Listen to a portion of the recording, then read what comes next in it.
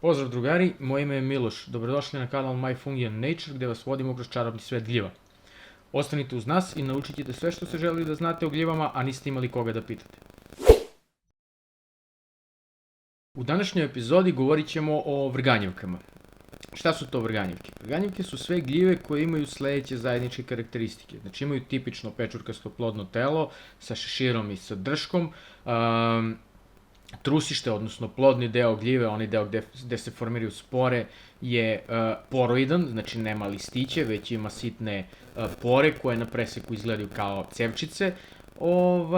Nijedna od ovih vrsta ne raste sa drveta, već, kako se zove, rastu sa tla i uvek su u nekom mikoriznom odnosu, odnosno simbiotskom odnosu, o čemu smo govorili u prethodnoj epizodi, sa nekom vrstom, biljnom vrstom, znači najčešće sa nekim drvetom.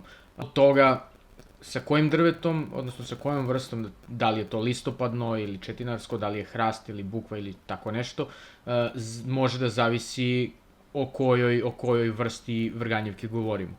Dalje, vrganjivke nisu drvenaste, već se sve mogu relativno lako seći nožem i ono što je bitno sa taksonomskog aspekta je da sve vrganjivke pripadaju redu Boletales, međutim nisu sve pripadnice reda Boletales vrganjivke. Sad naravno da tu postoje izuzeci, ali o njima ćemo pričati kada dođemo do njih. Pre nego što krenemo sa detaljnim, kako se zove, opisom pojedinih vrsta ili grupa u okviru ovog našeg termina vrganjivke, moramo da izvršimo neku kakvu takvu podelu. Vrganjivke možemo podeliti na više nekih grupa, to su neke neformalne grupe, naravno dele se na familije, rodove i tako dalje, ako gledamo to sa taksonomskog aspekta, ali mi ćemo to malo drugačije podeliti, kako bi morfologija ili neke druge karakteristike koje su zajedničke određenim vrstama došle do izražaja. Najpre možemo ih podeliti znači na vrganje, onda dedove, onda kserokomoide ili baršanovce i njima slične, onda slinavke i ostale vrste. Sad, vrganji, najčešće ih delimo znači na prave vrganje, znači rod Boletus i pripadnice tog roda, i vrganje u širem smislu, znači neke druge vrste koje su, odnosno rodovi koji su nekada spadali, odnosno zvali se rodom Boletus, ali su kasnije iz tog roda izdvojeni kao zasebni i njih dalje možemo podeliti na jestive vrganje u širem smislu, nejestive vrganje u širem smislu i otrovne vrganje u širem smislu. Dedovi su vrste koje spadaju u rodove Lecinum, Lecinellum i Hemilecinum.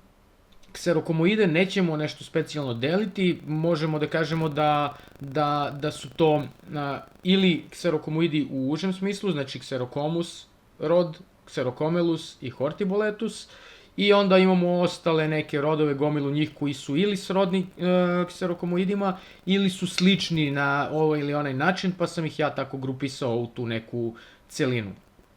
Dalje, slinavke opet nećemo deliti, za njih je bitno da one pripadaju zasebnoj familiji, znači prethodno navedene vrste i grupe pripadaju familiji Boletaceae, dok slinavke pripadaju zasebnoj svojoj familiji Suilaceae.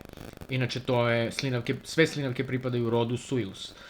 I na kraju imamo ostale vrste, to su vrste Girodon, odnosno rodovi Girodon i Giroporus. Sad, Girodon pripada familiji Tapinelaceae, dok Giroporus ima svoju familiju Giroporaceae i samim tim su poprilično taksonomski udaljeni od prethodnih vrsta, ali imaju taj morfološki oblik, znači sve druge karakteristike vrganjivki, pa ih ubrajamo u njih.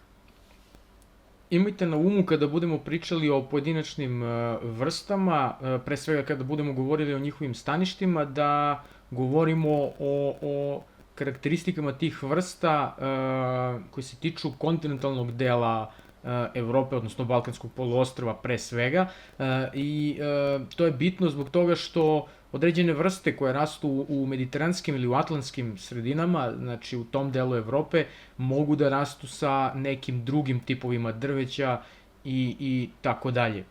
E sad, kada govorimo o pravim vrganjima, znači prvoj našoj kategoriji koju ćemo obrađivati, govorimo o rodu Boletus u užem smislu, znači samom rodu Boletus. U Evropi imamo 4 vrste ovih pravih vrganja, a samim tim imamo ih i kod nas.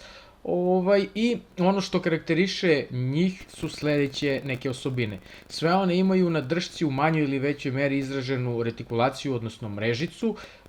Sve imaju belo trusište, odnosno taj plodni deo cevčice, koje sa starenjem gljive prvo poprimaju žućkaste nijanse, a kasnije i maslinaste do maslinasto brown. Meso ovih gljiva ne oksiduje u kontaktu sa vazduhom, znači zadržava belu boju, nema plavljenja, crvenjenja i tome slično, i sve one imaju karakterističan, prijatan, izuzetno jak miris. 4 vrste koje imamo, dakle, u Evropi i kod nas su Boletus spinophilus ili borov vrganj, Boletus edulis ili smrčen vrganj, Boletus aereus ili crni ili bronzani vrganj i Boletus reticulatus, koji još negde nazivaju i estivalis, koji se u narodu naziva raspucali vrganj. Boletus spinophilus ili borov vrganj se kod nas javlja u autohtonim borovim šumama ili u bukvi na većoj nadmorskoj visini. Karakteriše se tamnijim koloritom drške, znači neka brownkasta boja sa nekim blago crvenkastim nijansama, negde ga još zovu zbog toga i crveni vrganj. Šešir mu je takođe tamnije obojen, brownkast, ponekad sa crvenkastim ili crvenkasto-ljubičastim nijansama, preferira kiselo tlo. Jedna od vrsta koja se javlja najranije od svih vrganjevki, može ako su uslovi pogodni da se javi čak i krajem marta. Smrčin ili smrekin vrganj, odnosno Boletus edulis, kao što mu ime kaže, preferira smrču kao mikoriznog partnera. Međutim, slično kao borov vrganj, može da se javi u mikorizi sa bukvom na većim nadmorskim visinama, na kiselom tlu. Ima svetlije plodno telo, često je drška onako kremkasta, šešir najčešće ima beli obrub, znači margine šešira su svetlije od ostalog dela šešira, gotovo bele, i često ima onako izraženu retikulaciju, odnosno mrežicu na držci.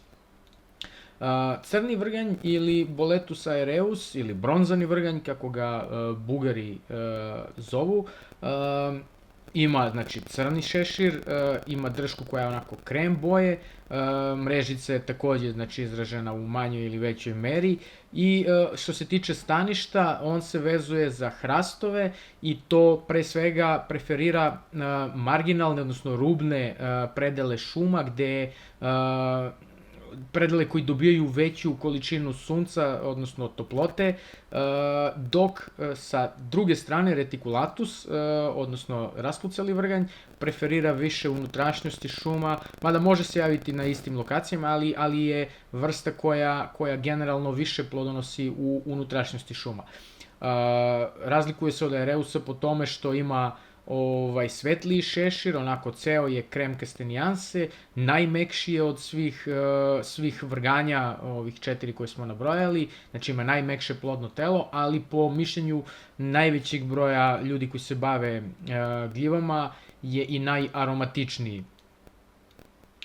Sve ove 4 vrste su jestive, izuzetnog kvaliteta, spadaju u komercijalne vrste i zakonom su zaštićene u smislu da imaju status ne strogo zaštićenih, ali zaštićenih vrsta u Republici Srbiji, i zbog toga im je ograničena količina koja se sme ubrati u toku određene sezone.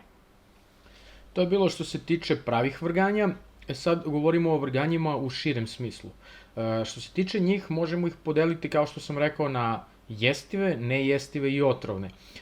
Jestivi vrganji u širem smislu obuhvataju rodove Butyriboletus, Suilellus, Neoboletus i Strobilomyces. U rodu Butyriboletus u Evropi imamo 6 vrsta, to su Butyriboletus regius, Fuscorozeus, Appendiculatus, Subappendiculatus, Fechtneri i Roseogrizeus. Zajednička karakteristika svih ovih vrsta je da imaju limun žuto trusište koje kako gljiva zri dobija prljavo žute, prljavo naranđaste nijanse. Drška je često žućkasta, ali može da ima i roze, ružičaste, znači neke ili kremkaste tonove. I uvek ima mrežicu koja je najčešće svetlo žute, limun žute boje. Boja šešira i činjenica da li meso na preseku oksiduje ili ne varira od vrste do vrste. Butyriboletus regius ili kraljevka je jedna od vrsta iz ovog roda, karakteriše ljubičasto crven šešir koji često može da izbledi na suncu.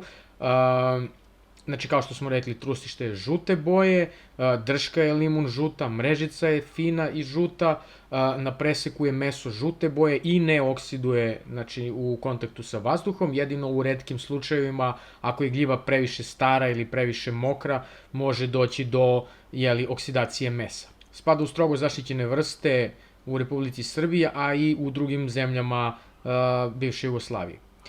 Sledeća vrsta je Butyriboletus fuscorozeus, ranije poznat kao pseudoregius i odatle mu potiče narodni naziv lažna kraljevka. Sličan je onako kraljevki, ali šešir mu, na primer, nije toliko intenzivno ljubičast, obično je onako tupljih nijansi, može biti čak i brownkast, kremkast, sa nekim ružičasto-ljubičastim tonovima. Drška mu jeste u osnovi žuta, ali uvek ima u nekom delu nekih ružičastih nijansi i pri dnu drške može da ima i neke kremkasto-brownkaste tonove. Na preseku dolazi do oksidacije, ali onako ne intenzivno, i to najčešće oksidacija se javlja u zoni iznad, znači, sloja cevčica, gde dođe do promene boje u neku svetlu plavu nijansu. Može da se desi da poplavi i niže, znači u nekom delu drške, ali najčešće kao osnovi drške zadržava tu neku osnovnu žućkastu boju. I ova vrsta raste sa listopadnim vrstama drveća. Butyriboletus appendiculatus ili šiljotonogi vrganj raste u listopadnim šumama, može izgledati slično lažnoj kraljevki, ali generalno ima tuplje obojen šešir, krem je ružičaste boje do potpuno brown, najčešće je tako tamniji, žute do prljavo krem drške sa žutom mrežicom.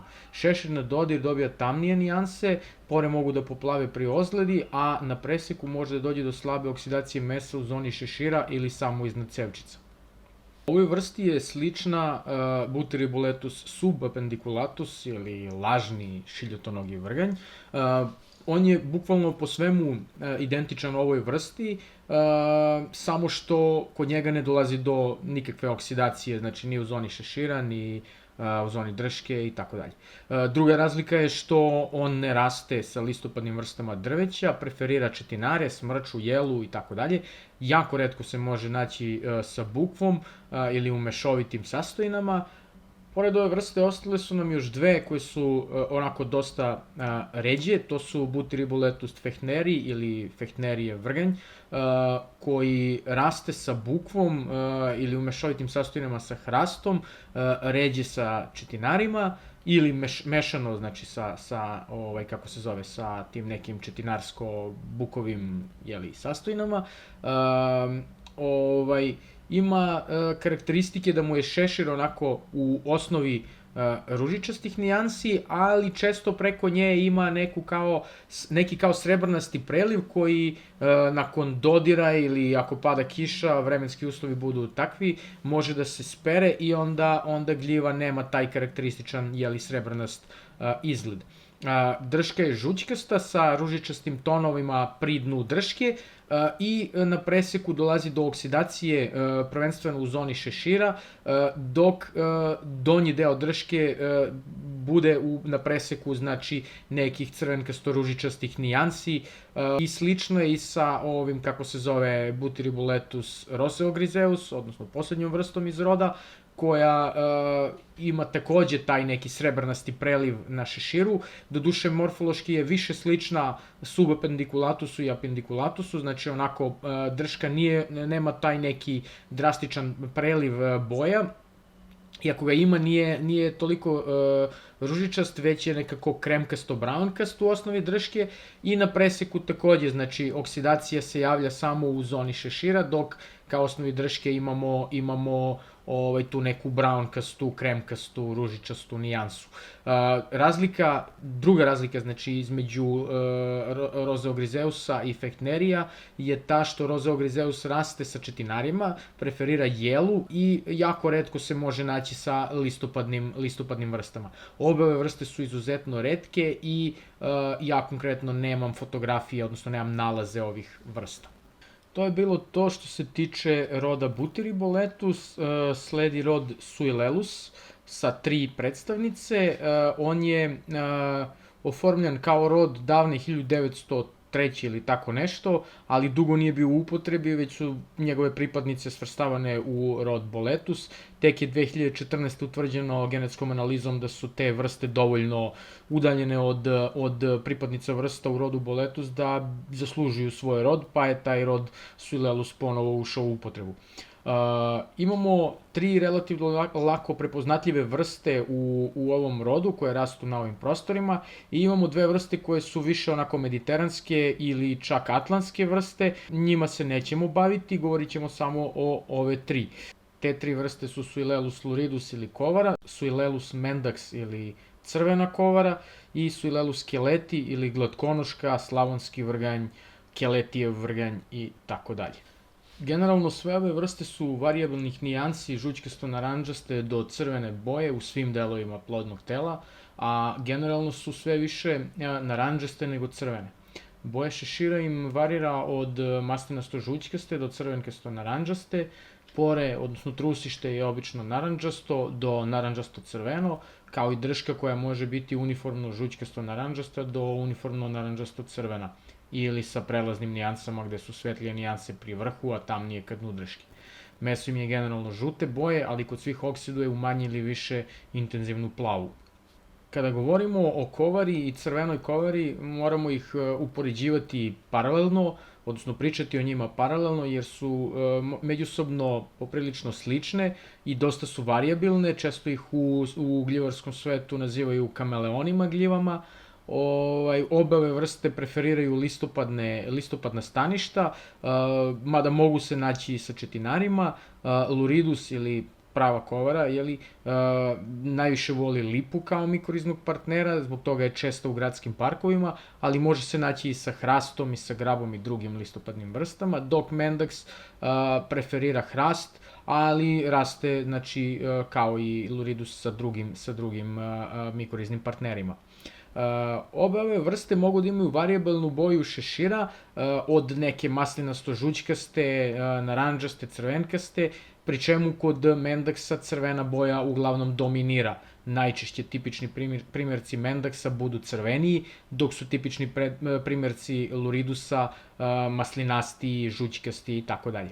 Luridus obično ima robustniju dršku, generalno je robustnija gljiva u odnosu na mendax, krupnija je, batinastije drške i tako dalje. Drška mu je obično neka žućkasto-naranđasta sa izraženom, onako baš hrapavom, izduženom mrežicom, odnosno retikulacijom, i ona često prekriva celu dršku. To je znači kod tipičnih primjeraka. Međutim, postoje dokazani primjerci, odnosno nalazi luridusa koji uopšte nisu imali mrežicu, dokazani su ili mikroskopski ili molekularno, tako da to ukazuje na varijabilnost ove vrste. Sa druge strane, mendax ima crveniju dršku, vitkiju, tanju, najčešće ima mrežicu samo u gornjoj polovini ili trećini drške, dok je donji deo drške prekriven sitnim onim tačkicama ili zrncima, to jest granulacijom.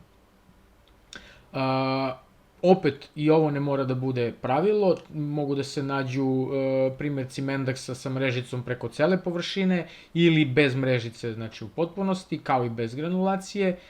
Poprilično su varijabilne. Jedini pravi pokazatelj razlike između ove dve vrste je mikroskopija, pri čemu su spore kod Mendaksa imaju veću Q vrednost, odnosno veću odnos dužine prema širini spora. Odnosno spore su duže kod Mendaksa nego kod Luridusa. Takođe, ove dve vrste imaju još jednu karakteristiku, a to je takozvana Batajeva linija. To je pojava, znači, crvene linije na preseku između mesa šešira i sloja cevčica. To je najizraženije i najprepoznatljivije kod mladih primeraka. Međutim, opet, zabeleženi su primjerci bez ove karakteristike, tako da najpouzdanije je mikroskopijom utvrditi. Preostaje nam u ovom rodu vrsta Suilelus keleti ili glatkonoška ili keletijev vrganj, slavonski vrganj, kako god. Raste sa listopadnim drvećem, preferira hrastove i preferira krečničko tlo. Boja šešira je u nijansama narandžaste, često boje cigle, a kod mladih primeraka je izraženo fino baršunasto. Cevčice su takođe žućkasto narandžaste do prljavo narandžaste, izraženije narandžaste nego kod prethodne dve vrste, a drška je žućkasto narandžasta pri vrhu, dok je u osnovi crvenkasta ili vinske boje. Na preseku je meso žućkasto kao i kod prethodne dve vrste, oksiduju plavu boju celom površinom, međutim u osnovi drške, slično kao i na spoljašnosti, prisutna je crvenkasto-vinska boja. Polako se približavamo kraju današnje epizode, dolazimo do roda Neoboletus, odnosno zelenjača. U njemu imamo dve vrste, Neoboletus praestigiator i Neoboletus xanthopus. Ovde ćemo o obe ove vrste pričati uporedo, slično kao kada smo pričali o Luridusu i Mendaksu u prethodnom delu. Ono što karakteriše obe ove vrste je crvena boja trusišta, čak tamno crvena boja kod praestigiatora i prisustvo granulacije, znači nema mrežice kod njih, već sitnih finih zrnaca koje prekrivaju površinu drške. Meso ovih gljiva je žute boje i intenzivno oksiduje na preseku i pri doderu, znači ozledi ili bilo kako god. Razlikuju se po tome što Xanthopus, odnosno izbledela zelenjača, najčešće raste sa listopadnim drvećem, hrastom i bukvom. Generalno je svetlija vrsta, žuća, maslinastija, dok sa druge strane Neoboletus praestigiator, odnosno prava zelenjača, raste u četinarima ili sa bukvom na većoj nadmorskoj visini. Generalno je crveniji, tamniji i intenzivnije baršunastog šešira. Takođe, granule na njegovoj dršci su tamnije i izraženije. Poslednja vrsta za danas, Strobilomices strobiloceus, poznato u narodu kao šumski starac ili starac iz šume, znači kao što smo rekli pripada rodu Strobilomices i jedina je vrsta iz tog roda koja je trenutno poznata iz Evrope. Retka je, kod nas je strogo zaštićena vrsta, lako je prepoznatljiva po svom sivo-crnom izgledu, vunastim ovojem koji joj prekriva i šešir i dršku. Pore kod mladih primeraka su prekrivene parcijalnim velom koji se kasnije odvaja, odnosno puca i često može, ili se zadrži u obliku prstena ili u obliku te vunaste tvorevine i visećih elemenata koji se nalaze na margini šešira. Pore su sive, sivo-bele, svetle uglavnom, ali imaju tu neku pepeljastu notu. Meso je takođe sivkasto, međutim nakon nekog vremena dobija crvenkaste nijanse, znači oksiduje u crvenu boju. Iako ovu vrstu navodim kao jestivu vrstu, ne postoji tradicija njenog konzumiranja u Evropi, odnosno kod nas konkretno. Zna se da ne sadrži otrove, ali poprilično je retka i zbog toga je ne bi trebalo brati. I to bi bilo to što se tiče ove današnje epizode. Završili smo sa jestivim vrganjevkama i vrganjima u užem smislu. U sledećoj epizodi ćemo obraditi nejestive i otrovne vrganjevke. Do tada, pozdrav i dobar ulov.